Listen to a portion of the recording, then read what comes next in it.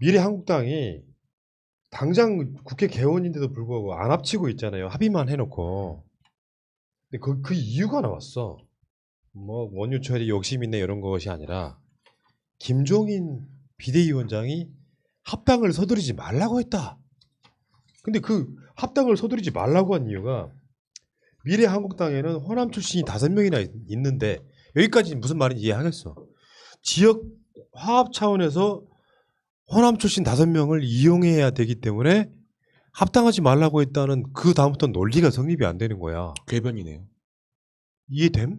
그 뭐 꼼수를 하려는 거예요. 지금 볼 때는 20석짜리 교섭단체를 만들려고 하는 꼼수가 또 들어오는 것 같아. 아니, 저는 네. 그렇게까지 깊이 생각하지 않고요. 깊이 생각해줘. 김종인 그 우리 위원장께서 내년 4월 이후에 갈 곳이 필요하기 때문에 미래 한국당으로 가려고 합당을 서두르지 말라라고 한 게 아닌가. 당신 변호사 맞아? 이럴 때 보면 이상하다. 이럴 때 보면은 변호사 아닌 것 같아. 의사 같아요. 아니, 그러니까 요거는 그런 것 같아요. 다목적 용도로 카드로 활용하기 위해서 어그로를 끄는 건데 이러니까 욕을 먹는다니까요. 그냥 쿨하게 합쳐. 그러니까 이게 남겨두고 있으면서 뭔가 욕을 먹고 잃는 것이 얻어서 그나마 욕을 안 먹는 것보다 더 상황이 나쁜 거예요. 그러니까 뭔가 막 재고 따져보려고 합당 안 하고 있어요. 19석짜리가. 당연히 해야 되는 상황인데 근데 그게 이유라고 하는 것이 미래한국당의 호남 출신이 5명인데 이거를 적절히 이용해서 지역 감정을 막 요즘 그런 게 어디 있어 사실 알고 보면. 없어요 지금. 미통당의 청년 비대위원도 순천을 약간 호남의 보수 집결지로 만들겠다 이런 식의 발언을 한 적이 있거든요. 그래서 정말 호남의 보수 세력을 집결시키려고 뭔가 노력을 하고 싶어 하는 것 같아요. 네. 저는 절대 그럴 거라 생각하지 않고요. 저는 기억을 하실지 모르겠지만 처음에 미래한국당이라는 당이 생긴다고 할 때부터 이 두 당이 순순히 합당하는 일은 절대 없을 것이다라고 이야기를 했었어요. 그 이유가 저는 원 대표가 정말로 김종인을 핑계를 대는 건지 합당할 의지가 없는 건지라는 면에 봤을 때 저는 합당할 의지가 없는 쪽이 아닐까라고 저는 아직도 생각은 하고 있어요. 그러니까 김종인은 하나의 핑계일 뿐이고 말 그대로 김종인이 뭐 이런저런 이야기를 했다고 해서 못 합친다라는 것도 저는 좀 공색하다고 보거든요.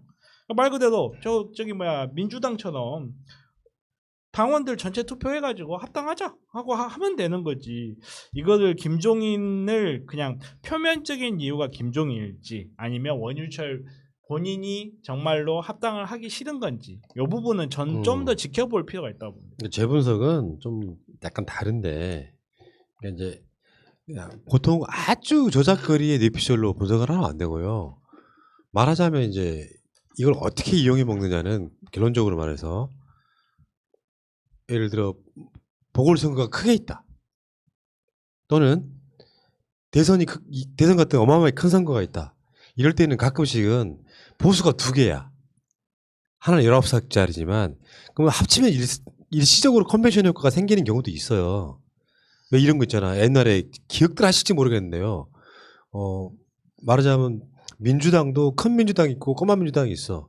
요것도 합당을 하면 컨벤션 효과가 생겨. 지지자들은 이게 당이 쪼개져 있잖아요. 그러면 일단 옛날에는 어떤 마인드냐면 합당함으로써 우리 세력이 커졌다고 생각하는 그런 컨벤션 효과나 이런 기대 심리가 있단 말이에요. 그러니까 지지층이라고 하는 게 막 풀이 죽어 있고 막 누워 있다가 최근에 왜 총선 전에 보수 대통합이라고 해가지고 뭐 미래 통합당하고 바른정당 계열하고 막 안철수 다 막 모아가지고 해봤지만 컨벤션 효과 안 생겼잖아요. 그런 거를 한번 더 생각하는 게 아닌가. 그러니까 그런 재고 따지는 걸 생각하는 게 아닌가 싶은데 이런 마인드를 버려야 된다고요. 정책 대결해야 돼. 내가 김종인 비대위원장은 그런 마인드 있어 보이는 게 뭐냐면 이제는 정책 대결하고 복지 대결을 할 수밖에 없어요. 복지 대결을 하면서 김종인 위원장이 지금 문재인 정부보다 훨씬 더 많은 뭐 소위 기본소득 같은 논쟁을 통해 가지고 더 지르겠다라고 몇 년 외쳐야 그게 진정성 먹힐까 말까 한 거라니까요. 더 이상 아젠다가 없다고. 그러니까 전에 생각할 때는 김종인 위원장이 지금 새로 세팅을 하잖아요. 세팅을 새로운 사람 한데 여기 미래한국당까지 데리고 와서 세팅을 할 경우 되면은 좀 너무 머리가 복잡해지는 거죠. 생각이 들어요. 일단은 현재 있는 미통당에 있는 세력으로 만든 다음에 미래한국당을 흡수하고 어느 정도 위치를 주지 않겠다고 하는 그런 내표시로도 있는 것 같아요. 김정인 위원장 머리에서는. 근데 네. 그게 내년 4월까지 과연 완성이 될 수 있을지 이게 문제죠.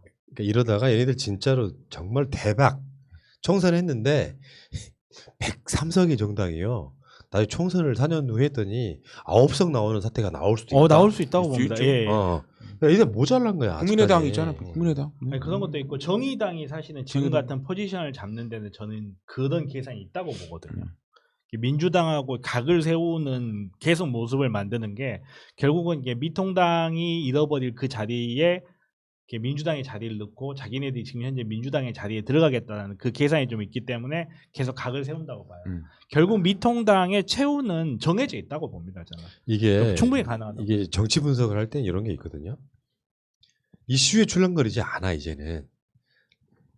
왜 그런 상황이 벌어지냐면은 기본적으로 저 수구 꼴통 정당이라는 이미지 때문에 그런 거예요. 그러니까 민주당이 변수가 아니고 상수로 항상 상수로 자유한국당 그러니까 미래통합당 부류가 앉아 있는 거예요.